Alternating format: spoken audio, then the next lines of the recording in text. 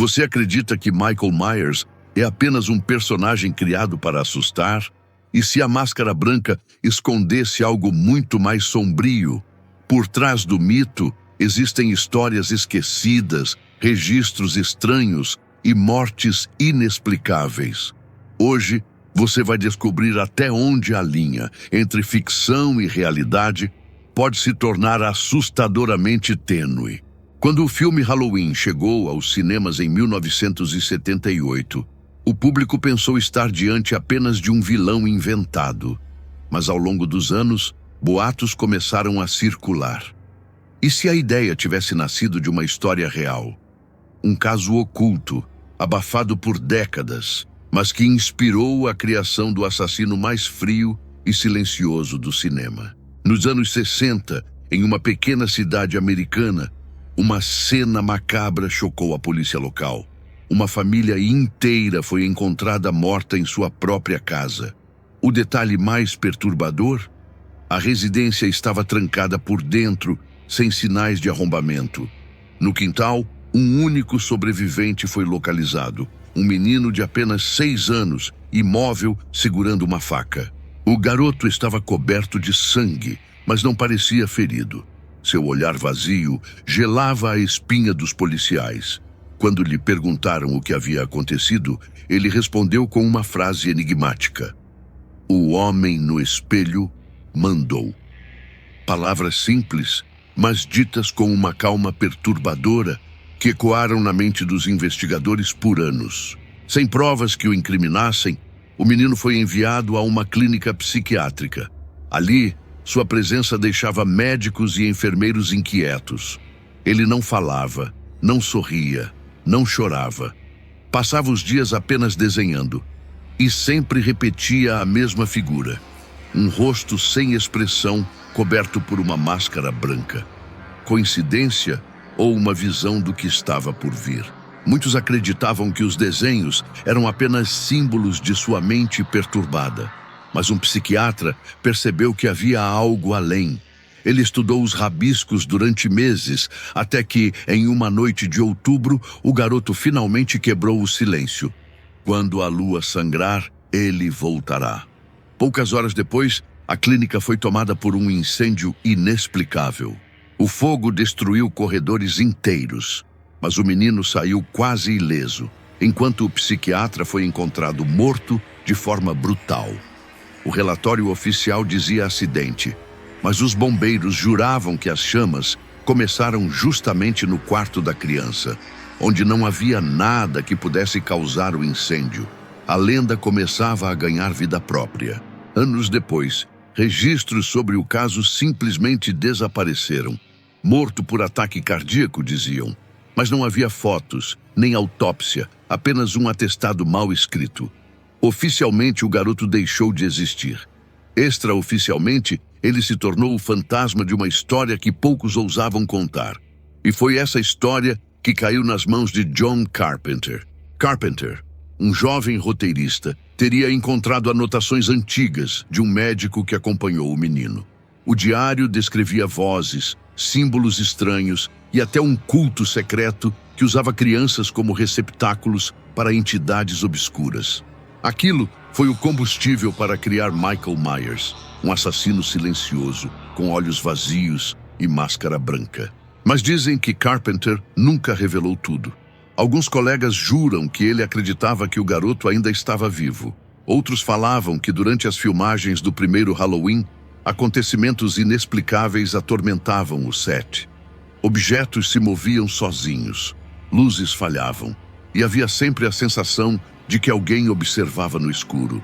As histórias de bastidores foram consideradas exagero por muitos, mas a tensão entre os atores era real. Jamie Lee Curtis, por exemplo, evitava ficar sozinha durante as gravações. Ela dizia sentir uma presença próxima, como se estivesse sendo observada. Seria apenas nervosismo de uma atriz iniciante ou algo que escapava da compreensão humana? Durante a produção, equipamentos quebravam sem explicação, fitas eram corrompidas e cenas precisavam ser regravadas inúmeras vezes. Um eletricista da equipe foi encontrado morto em um depósito e a causa oficial foi apontada como suicídio. Mas colegas próximos juravam que havia marcas estranhas em seu corpo, como se algo tivesse sido arrancado à força. Na parede, escrita em sangue, estava uma única palavra: Samhain. Para alguns, era apenas vandalismo macabro. Para outros, a prova de que forças antigas rondavam a produção. A coincidência era assustadora. O mesmo termo havia aparecido em anotações antigas do médico que estudou o garoto, associando-o a rituais sombrios e sacrifícios. Após o lançamento de Halloween, mortes e desaparecimentos ligados à equipe começaram a chamar a atenção. O editor do filme morreu em um acidente considerado impossível. Foi esmagado por rolos de película em sua própria sala de montagem. Seu último grito ficou registrado na trilha sonora, mas até hoje ninguém conseguiu explicar como isso aconteceu. Aos poucos, a ideia de que Michael Myers era apenas um personagem começou a perder força. Para alguns, Carpenter havia, sem saber, dado forma a algo que já existia. Uma entidade que precisava apenas de uma máscara e de um corpo para se manifestar. Mas até onde a ficção pode invocar a realidade? E até onde o público está disposto a acreditar? Na década de 80, uma jornalista investigativa chamada Claire Hensley decidiu explorar a origem do mito. Ela localizou a antiga clínica psiquiátrica onde o menino havia sido internado. O prédio estava abandonado, mas parecia ainda ser usado.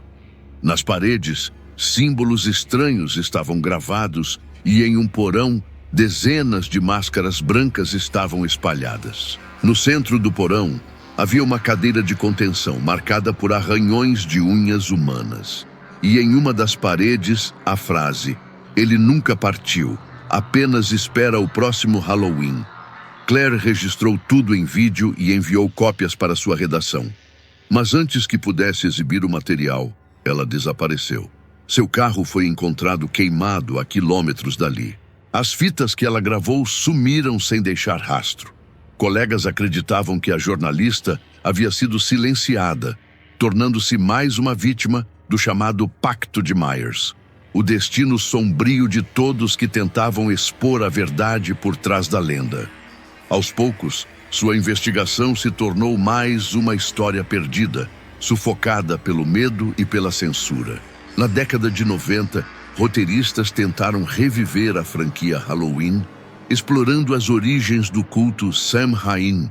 Um deles relatou ter recebido ameaças anônimas após escrever um roteiro considerado perigoso demais. Ele abandonou o projeto e confessou em entrevista que muitas de suas ideias surgiam em pesadelos que pareciam reais demais. Curiosamente, fãs atentos começaram a notar algo estranho nos filmes originais. Em determinadas cenas, o reflexo da máscara parecia mudar de expressão sutilmente, como se tivesse vida própria. Para alguns, era apenas truque de iluminação. Mas uma teoria ganhou força. Em cada Halloween, a máscara escolheria uma nova alma para continuar o ciclo. No início dos anos 2000, um grupo de fãs se reuniu para investigar os boatos em fóruns da internet. Eles analisaram quadro a quadro o filme original e afirmavam ver vultos que não pertenciam a nenhum ator. Em alguns reflexos, um rosto infantil surgia por frações de segundo, como se o passado estivesse tentando se infiltrar na tela. Em 2007, na Comic Con de San Diego, um homem vestido de Michael Myers ficou parado por mais de 6 horas no mesmo ponto do evento. Quando seguranças tentaram retirá-lo, ele desapareceu em meio à multidão. Naquela mesma noite, um segurança foi encontrado morto no banheiro. O corpo apresentava marcas de faca, mas a arma nunca foi localizada. A identidade do homem jamais foi descoberta. Muitos acreditam que era apenas um fã extremista. Outros defendem que o próprio espírito de Myers havia se manifestado diante de milhares de pessoas, como um lembrete de que a máscara não é só ficção. O medo se espalhou. e desde então, convenções de terror intensificaram sua segurança. No ano seguinte, um estúdio independente anunciou um documentário chamado O Verdadeiro Halloween. A produção nunca chegou a ser lançada. O diretor desapareceu uma semana antes da estreia, e o material bruto foi vendido online por um preço simbólico. Quem assistiu jura que uma figura imóvel aparecia em quase todas as cenas. Relatos afirmam que a figura nunca era notada pela equipe durante as gravações. Apenas na edição final, quando as imagens foram revisadas, perceberam a presença perturbadora. Para alguns céticos, era apenas marketing barato, mas para aqueles que assistiram, a sensação de estar sendo observado era tão real que muitos não conseguiram terminar o filme. Coincidência ou não, quase todos os desaparecimentos ligados à franquia ocorreram no mês de outubro, sempre depois do dia 13. Em muitos dos locais, máscaras brancas foram encontradas próximas aos corpos ou nas cenas do crime. Objetos que não faziam sentido estarem ali, mas que reforçavam a ideia de que havia um padrão impossível de ignorar. Em 2018, durante as gravações do novo Halloween, um funcionário da Blumhouse tirou uma foto dos bastidores. Ao ampliar a imagem, percebeu algo estranho. Refletido em um vidro, havia o rosto de um menino idêntico ao do antigo caso dos anos 60. A foto circulou rapidamente na internet, mas foi removida poucas horas depois, sem explicações. Alguns estudiosos do oculto acreditam que Michael Myers é apenas a face moderna de uma entidade muito mais antiga. Uma criatura que atravessa gerações, assumindo máscaras diferentes, mas sempre buscando o mesmo objetivo: alimentar-se do medo coletivo. A cada nova aparição, ela encontra um novo corpo para habitar e uma nova máscara para usar. Uma ex-enfermeira da clínica psiquiátrica, em entrevista anônima, diz que o garoto conhecia os nomes de pessoas que morreriam dias depois. Ele descrevia detalhes das mortes com precisão assustadora. Às vezes, falava em línguas desconhecidas. Outras vezes, apenas sorria diante do desespero dos médicos. 2 meses após o depoimento, ela desapareceu. Fãs mais ousados criaram rituais próprios ao assistir aos filmes. Alguns cobrem todos os espelhos da casa antes da sessão. Outros deixam apenas uma vela acesa no ambiente. Há ainda os que ousam dizer o nome de Michael Myers 3 vezes em frente à tela antes de dar play. O que acontece depois? Nenhum deles conta, talvez porque não possam mais. Em fóruns da Deep Web, circulam supostos relatos de pessoas que teriam feito o ritual. Alguns descrevem sentir passos atrás de si enquanto assistiam ao filme. Outros afirmam ver reflexos que não correspondiam aos seus movimentos. Há até quem diga ter ouvido respirações pesadas no escuro. Nenhum desses relatos pôde ser confirmado oficialmente. Em 2020, durante a pandemia, um grupo de caçadores de lendas urbanas tentou invadir as ruínas da antiga clínica psiquiátrica. Munidos de câmeras, eles passaram horas gravando o interior do prédio. Entre símbolos queimados nas paredes e máscaras quebradas espalhadas pelo chão, encontraram marcas frescas de sangue, mesmo em um lugar fechado por décadas. Um dos integrantes do grupo desapareceu naquela noite. Sua câmera foi encontrada caída no corredor. As últimas imagens mostram ele caminhando em direção a um quarto escuro e murmurando: "Tem alguém aqui comigo." O vídeo termina quando o equipamento cai no chão, captando apenas o som de passos lentos e uma respiração profunda se aproximando. Peritos que analisaram a gravação afirmaram que parte da fita estava derretida por dentro, como se tivesse queimado de dentro para fora. Algo considerado impossível pela tecnologia da época. Para os céticos, era apenas uma fraude bem elaborada. Mas, para os que acreditam, era a prova final de que a entidade nunca deixou de existir. Relatos semelhantes começaram a surgir em diferentes países, sempre próximos ao lançamento de novos filmes da franquia. Mortes misteriosas, desaparecimentos e até surtos psicóticos de fãs que juravam ver a máscara nos reflexos de espelhos. O ciclo parecia se repetir, como se a cada geração a lenda encontrasse uma forma de se renovar. John Carpenter raramente fala sobre o assunto. Em uma entrevista recente, foi questionado diretamente sobre o garoto dos anos 60. Sua expressão mudou e ele respondeu apenas: "Algumas histórias não deveriam ser contadas." Poucos segundos depois, ele encerrou a coletiva abruptamente. Para muitos, esse silêncio vale mais do que qualquer confirmação. Estudiosos do oculto chamam a entidade por trás da máscara de guardião do véu, um ser que caminha entre os vivos e os mortos. Para eles, Michael Myers seria apenas uma de suas formas, usada para atravessar mundos e se alimentar do medo humano. Sempre no mesmo período do ano, o Samhain, ou como conhecemos, o Halloween. Teorias afirmam que a cada 40 anos, o ciclo recomeça. Em 1962, a tragédia do menino. Em 2002, registros de mortes inexplicáveis ligadas à franquia. E segundo os cálculos, o próximo ponto de ruptura será em 2042. Até lá, a entidade vagaria silenciosa entre nós, esperando o momento certo para se revelar novamente sob uma nova máscara. Alguns acreditam que a obsessão popular por filmes de terror não passa de um disfarce. O verdadeiro objetivo seria manter a entidade alimentada, enquanto milhões assistem e compartilham sua imagem. A cada grito nas salas de cinema, a cada olhar fixo na tela, ela se fortalece. Talvez o que vemos como entretenimento seja, na verdade, um ritual coletivo. E então surge a pergunta: Michael Myers é apenas um personagem ou um reflexo de algo que nunca deixou de existir?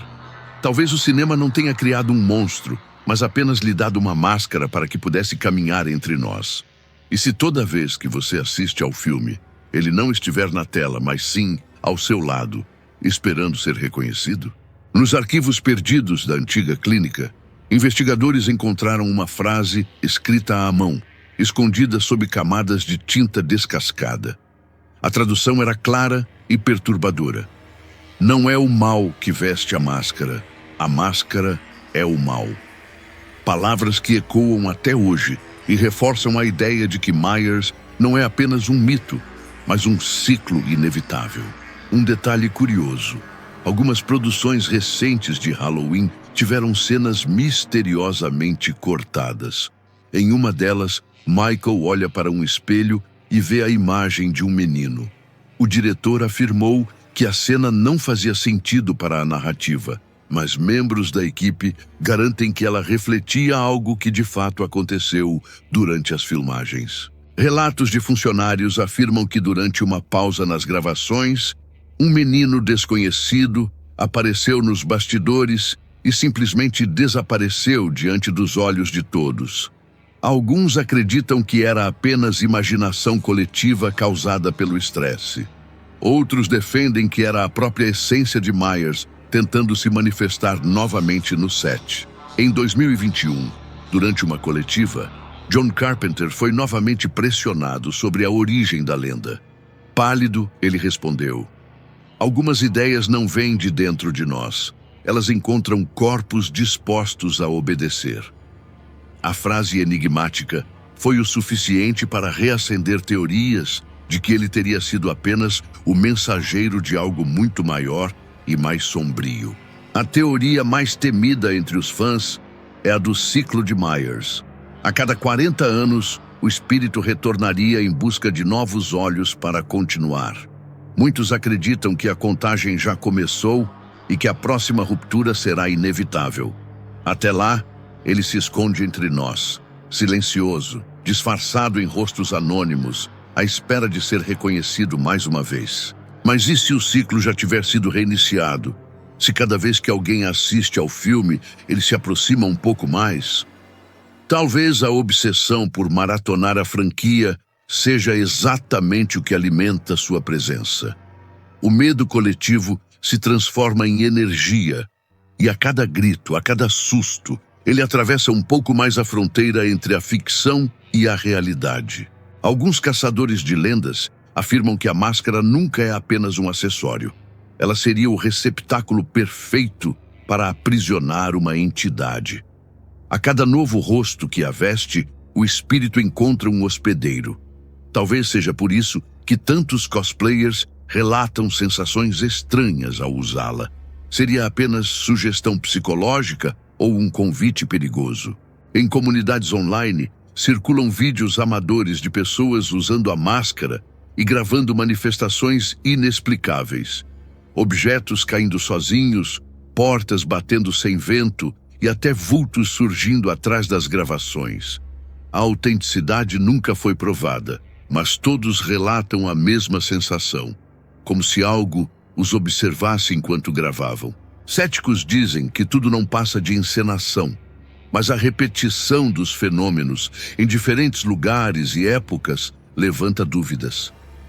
Será apenas sugestão psicológica ou a prova de que a máscara é realmente um portal? Afinal, quantas vezes o cinema transformou lendas em realidade? E se desta vez a ficção tivesse apenas revelado o que já existia? Os fãs mais assíduos da franquia afirmam que, ao assistir sozinho no escuro, é possível ver a máscara refletida em telas e janelas. Alguns relatam que o reflexo não corresponde aos movimentos do personagem, mas parece encarar diretamente quem assiste. Uma ilusão de ótica, talvez, mas para outros é o olhar da entidade escolhendo sua próxima vítima. E se essa escolha já tiver acontecido? Se cada espectador fosse, na verdade, parte de um jogo muito maior? Talvez, ao assistir, você não esteja apenas vendo um filme, mas participando de um ritual de reconhecimento. A máscara não escolhe qualquer um. Ela espera, observa, e quando alguém a encara de volta, é nesse momento que o ciclo continua. Assim, a lenda de Michael Myers não é apenas sobre um assassino invencível, é sobre o medo que atravessa gerações, alimentando algo que nunca morre. Um medo que se multiplica a cada Halloween, a cada sessão de cinema, a cada ritual doméstico. O terror não está apenas no filme, ele pode estar agora, neste exato momento, ao seu redor. Então, da próxima vez que você assistir sozinho a um filme de terror, pergunte-se: quem está observando quem? Talvez a tela seja apenas um espelho, e atrás dela exista algo esperando um olhar descuidado. Não desvie, não pisque, porque é no momento em que você reconhece a máscara que a entidade dá o próximo passo em sua direção. Se você chegou até aqui, cuidado. Pode ter sido marcado, mas existe uma forma de se proteger. Continue conosco. Inscreva-se no canal, deixe seu comentário e compartilhe essa história. O ciclo só é interrompido quando a verdade é espalhada. Ou talvez seja exatamente isso que a máscara deseja. A decisão é sua. O horror já está em você.